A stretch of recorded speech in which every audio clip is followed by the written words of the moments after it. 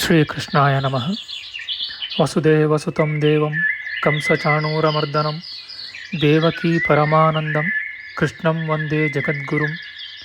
ಬ್ರಹ್ಮಸ್ಥಾನ ಸರೋಜ ಮಧ್ಯವಿಲಸಚ್ಛೀತಾಂಶು ಪೀಠಸ್ಥಿತಂ ಸ್ಫೂರ್ಜತ್ಸೂರ್ಯರುಚಿಂ ವರಾಭಯಕರಂ ಕರ್ಪೂರಕುಂದೋಜ್ವಲಂ ಶ್ವೇತಸೃಗ್ವಸನಾನುಲೇಪನಯುತಂ ವಿದ್ಯುದ್ರುಚಾ ಕಾಂತಯ ಸಂಶ್ಲಿಷ್ಟಾರ್ಧತನುಂ ಪ್ರಸನ್ನವದನಂ ವಂದೇ ಗುರುಂ ಸಾದರಂ.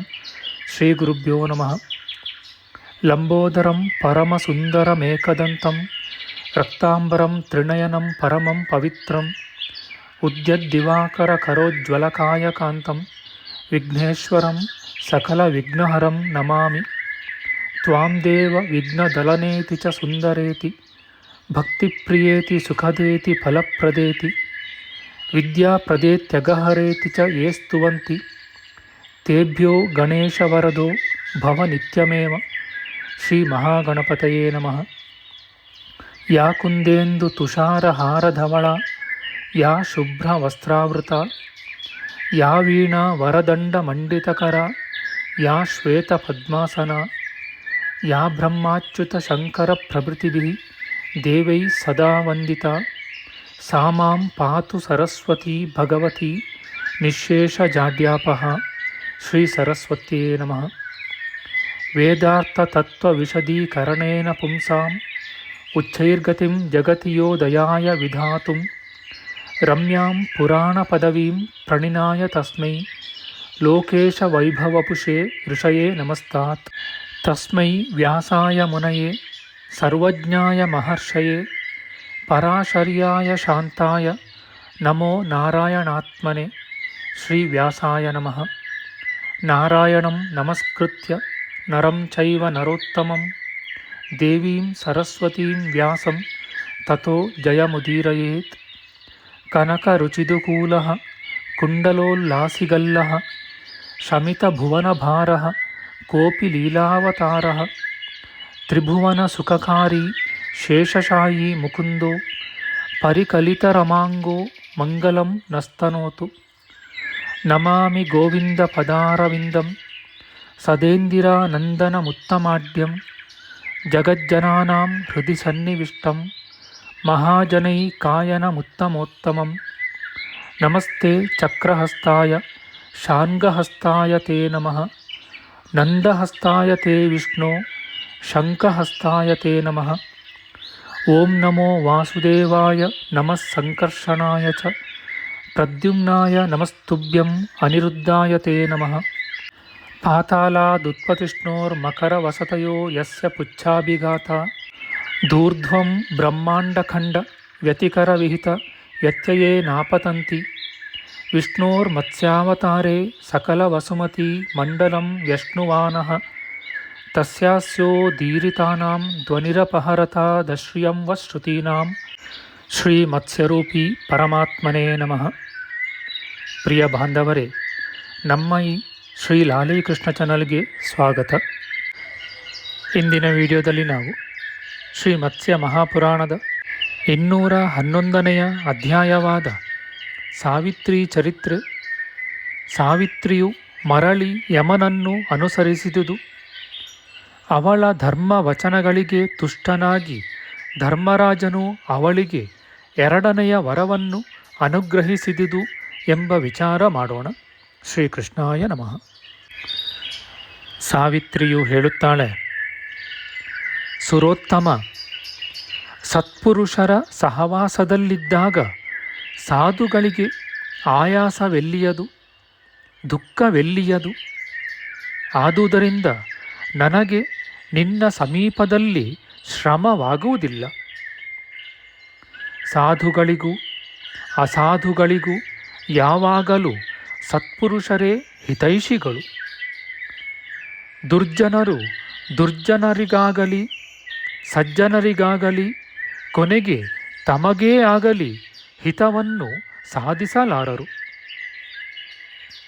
ನಿಷ್ಕಾರಣವಾಗಿ ಜಗತ್ತಿಗೆ ದ್ವೇಷಿಗಳಾಗಿರುವ ದುರ್ಜನರಿಂದ ಆಗುವಷ್ಟು ಭಯವು ವಿಷ, ಅಗ್ನಿ, ಸರ್ಪ, ಶಸ್ತ್ರ ಇವುಗಳಿಂದ ಆಗದು. ಸಜ್ಜನರು ತಮ್ಮ ಪ್ರಾಣಗಳನ್ನಾದರೂ ತೊರೆದು ಇತರರಿಗೆ ಉಪಕಾರ ಮಾಡಲು ತೊಡಗುವರು. ಹಾಗೆಯೇ ದುರ್ಜನರೂ ಸಹ ತಮ್ಮ ಪ್ರಾಣಗಳನ್ನಾದರೂ ಬಿಟ್ಟು ಪರರಿಗೆ ಪೀಡೆಯನ್ನು ಉಂಟು ಮಾಡುವುದರಲ್ಲಿ ಆಸಕ್ತಿ ವಹಿಸುವರು. ಈ ಲೋಕದಲ್ಲಿರುವ ಸತ್ಪುರುಷರು ಪರಲೋಕದ ಸಾಧನೆಗಾಗಿ ತಮ್ಮ ಪ್ರಾಣವನ್ನು ಹುಲ್ಲಿನಂತೆ ಅಲಕ್ಷ್ಯವಾಗಿ ಕಂಡು ಅದನ್ನು ಬಿಡುವುದಕ್ಕೆ ಕೂಡ ಸಿದ್ಧರಾಗಿದ್ದಾರೆ. ದುರ್ಜನರಾದರೋ ಇತರರಿಗೆ ತೊಂದರೆಯನ್ನು ಕೊಡುವುದರಲ್ಲೇ ತಮ್ಮ ಸಾಮರ್ಥ್ಯವನ್ನು ತೋರಿಸುತ್ತಾ ಅದೇ ಪರಲೋಕವನ್ನು ಹುಲ್ಲಿನಂತೆ ಕೀಳಾಗಿ ಎಣಿಸಿ ಅದರ ಕಡೆಗೆ ಮನಸ್ಸನ್ನೇ ಕೊಡುವುದಿಲ್ಲ. ಆಯಾ ಪಂಗಡಗಳಲ್ಲಿರುವ ದುರ್ಜನರನ್ನು ಶಿಕ್ಷಿಸುವುದಕ್ಕಾಗಿ ಜಗದ್ಗುರುವಾದ ಬ್ರಹ್ಮನೇ ರಾಜನನ್ನು ಕಲ್ಪಿಸಿರುವನು. ರಾಜನಾದವನು ಮನುಷ್ಯರನ್ನು ಪರೀಕ್ಷಿಸಬೇಕು. ಸಜ್ಜನರನ್ನು ಯಾವಾಗಲೂ ಗೌರವಿಸಬೇಕು. ಅಂತಹವನೇ ಪ್ರಪಂಚವನ್ನು ಚೆನ್ನಾಗಿ ಬಲ್ಲವನು. ಸ್ವರ್ಗವನ್ನು ಬಯಸುವ ರಾಜನು ದುರ್ಜನರನ್ನು ಶಿಕ್ಷಿಸಿ ಸಜ್ಜನರನ್ನು ರಕ್ಷಿಸಬೇಕು. ಇದೇ ಅವನ ಕರ್ತವ್ಯ. ಎಲೈ ಜಗತ್ಪ್ರಭು, ಲೋಕದಲ್ಲಿ ದುಷ್ಟರನ್ನು ದಂಡಿಸಿ ಸತ್ಪುರುಷರನ್ನು ಪಾಲಿಸುವುದೇ ರಾಜನ ಕೆಲಸ, ಬೇರೆ ಯಾವುದೂ ಅಲ್ಲ. ರಾಜರ ಶಿಕ್ಷೆಗೂ ಕೂಡ ಸಿಕ್ಕದಿರುವ ದುಷ್ಟರನ್ನು ದಂಡಿಸುವವನು ನೀನು.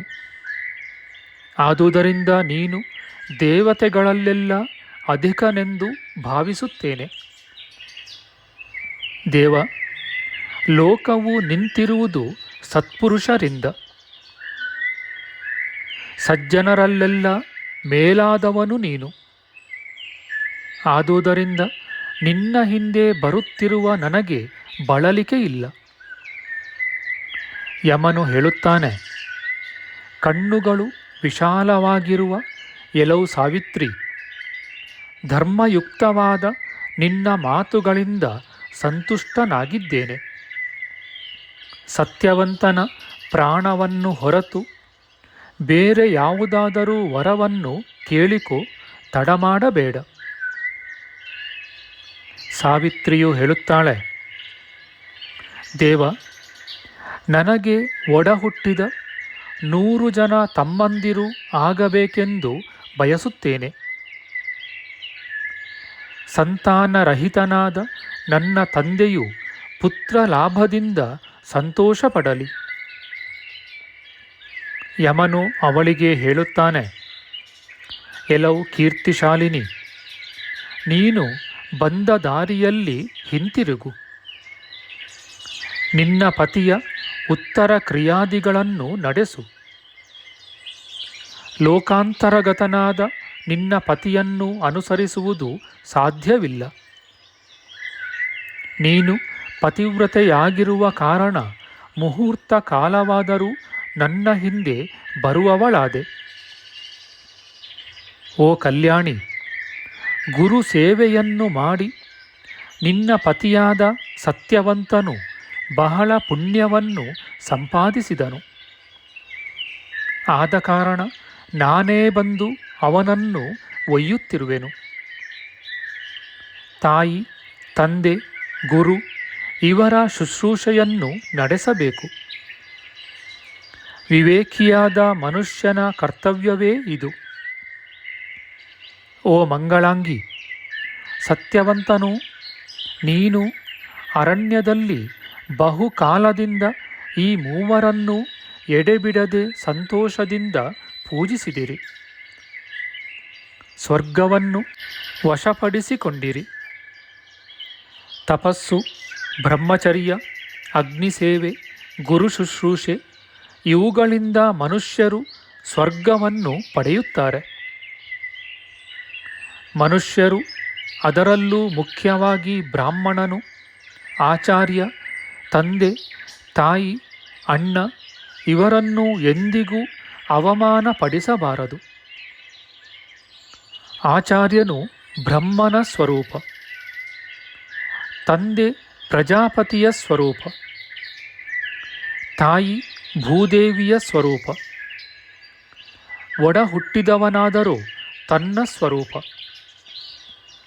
ಲೋಕದಲ್ಲಿ ಮನುಷ್ಯರು ಜನಿಸಿದರೆಂದರೆ ಅವರ ತಾಯಿ ತಂದೆಗಳು ಪಡುವ ಕ್ಲೇಶವೆಷ್ಟು? 100 ವರ್ಷಗಳಾದರೂ ಅದನ್ನು ತೀರಿಸುವುದು ಸಾಧ್ಯವಿಲ್ಲ. ಅವರಿಬ್ಬರಿಗೂ ಮತ್ತು ಆಚಾರ್ಯನಿಗೂ ಇಷ್ಟವಾದುದನ್ನು ಯಾವಾಗಲೂ ಮಾಡಬೇಕು. ಈ ಮೂವರು ಸಂತುಷ್ಟರಾದರೆ ಎಲ್ಲ ಬಗೆಯ ತಪಸ್ಸು ಪೂರ್ಣವಾದಂತೆಯೇ ಸರಿ. ಆ ಮೂವರ ಸೇವೆಯೇ ಶ್ರೇಷ್ಠವಾದ ತಪಸ್ಸೆನಿಸುವುದು. ಅವರ ಅಪ್ಪಣೆ ಇಲ್ಲದೆ ಬೇರೆ ಧರ್ಮವಾವುದನ್ನು ಮಾಡಬಾರದು. ಆ ಮೂವರೇ ಸ್ವರ್ಗ, ಮರ್ತ್ಯ, ಪಾತಾಳಗಳೆಂಬ 3 ಲೋಕಗಳು. ಅವರೇ ಬ್ರಹ್ಮಚರ್ಯ, ಗಾರ್ಹಸ್ಥ್ಯ, ವಾನಪ್ರಸ್ಥಗಳೆಂಬ 3 ಆಶ್ರಮಗಳು. ಅವರೇ ಋಗ್ಯಜು ಸಾಮಗಳೆಂಬ 3 ವೇದಗಳು. ಅವರೇ ದಕ್ಷಿಣ, ಗಾರ್ಹಪತ್ಯ ಮತ್ತು ಆಹವನೀಯಗಳೆಂಬ 3 ಅಗ್ನಿಗಳು. ತಂದೆಯು ಗಾರ್ಹಪತ್ಯಾಗ್ನಿ, ತಾಯಿಯು ದಕ್ಷಿಣಾಗ್ನಿ, ಗುರು ಆಹವನೀಯ ಅಗ್ನಿ. ಈ 3 ಬಗೆಯ ಅಗ್ನಿಗಳೇ ಶ್ರೇಷ್ಠವಾದುವು. ಈ ಮೂವರ ಸೇವೆಯಲ್ಲಿ ಆಲಸ್ಯ ಪಡೆದಿರುವ ಗೃಹಸ್ಥನಿಗೆ 3 ಲೋಕಗಳು ಸ್ವಾಧೀನವಾಗುವವು. ಅವನು ಹೊಳೆವ ದಿವ್ಯ ದೇಹದಿಂದ ಸ್ವರ್ಗದಲ್ಲಿ ದೇವತೆಯಂತೆ ಸಂತೋಷಪಡುವನು. ಕಲ್ಯಾಣಿ, ನಿನ್ನ ಬಯಕೆ ನೆರವೇರಿತು. ನೀನು ಹೇಳಿದುದೆಲ್ಲವೂ ನಡೆಯುವುದು. ನನಗೂ ಅಡ್ಡಿ, ನಿನಗೂ ಶ್ರಮ. ಆದುದರಿಂದ ನಿನಗೆ ಹೀಗೆ ಹೇಳುತ್ತಿದ್ದೇನೆ. ಇತಿ ಶ್ರೀ ಮಾತ್ಸ್ಯೆ ಮಹಾಪುರಾಣೆ ಸಾವಿತ್ರ್ಯುಪಾಖ್ಯಾನೆ ದ್ವಿತೀಯ ವರಲಾಭೋ ನಾಮ 11,200 ಶ್ರೀಕೃಷ್ಣಾರ್ಪಣಮಸ್ತು. ನಮ್ಮ ಮುಂದಿನ ವಿಡಿಯೋದಲ್ಲಿ ನಾವು ಶ್ರೀ ಮತ್ಸ್ಯ ಮಹಾಪುರಾಣದ 212ನೆಯ ಅಧ್ಯಾಯವಾದ ಸಾವಿತ್ರಿ ಚರಿತ್ರೆ, ಸಾವಿತ್ರಿಯು ಯಮನನ್ನು ಸ್ತುತಿಸಿ ಕೊಂಡಾಡಿದುದು, ಯಮದೇವನು ಪ್ರಸನ್ನನಾಗಿ 3ನೆಯ ವರವನ್ನು ಕೊಟ್ಟುದು ಎಂಬ ವಿಚಾರ ಮಾಡೋಣ. ಆಧ್ಯಾತ್ಮಿಕ ಚರ್ಚೆ ಮತ್ತು ವಿಚಾರ ವಿನಿಮಯಕ್ಕಾಗಿ ಶುರು ಮಾಡಿದ ಈ ಚಾನಲ್ನಲ್ಲಿ ನಾವು ಅಪ್ಲೋಡ್ ಮಾಡುವ ಎಲ್ಲ ವಿಡಿಯೋಗಳನ್ನು ಸಂಪೂರ್ಣವಾಗಿ ನೋಡಿ ನಿಮ್ಮ ಸಲಹೆಗಳನ್ನು ಕಮೆಂಟ್ ಬಾಕ್ಸ್ನಲ್ಲಿ ಬರೆಯಿರಿ. ಈ ಚಾನಲ್ಗೆ ಸಬ್ಸ್ಕ್ರೈಬ್ ಮಾಡಿ ಹಾಗೂ ಬೆಲ್ ಬಟನ್ ಒತ್ತಿ ನಾವು ಹಾಕುವ ಎಲ್ಲ ವಿಡಿಯೋಗಳನ್ನು ನೋಡಿ ಪ್ರೋತ್ಸಾಹಿಸಿ. ಕೃಷ್ಣಂ ನಾರಾಯಣಂ ವಂದೇ, ಕೃಷ್ಣಂ ವಂದೇ ವ್ರಜಪ್ರಿಯಂ, ಕೃಷ್ಣಂ ದ್ವೈಪಾಯನಂ ವಂದೇ, ಕೃಷ್ಣಂ ವಂದೇ ಪೃಥಾಸುತಂ. ಶ್ರೀಕೃಷ್ಣಾಯ ನಮಃ.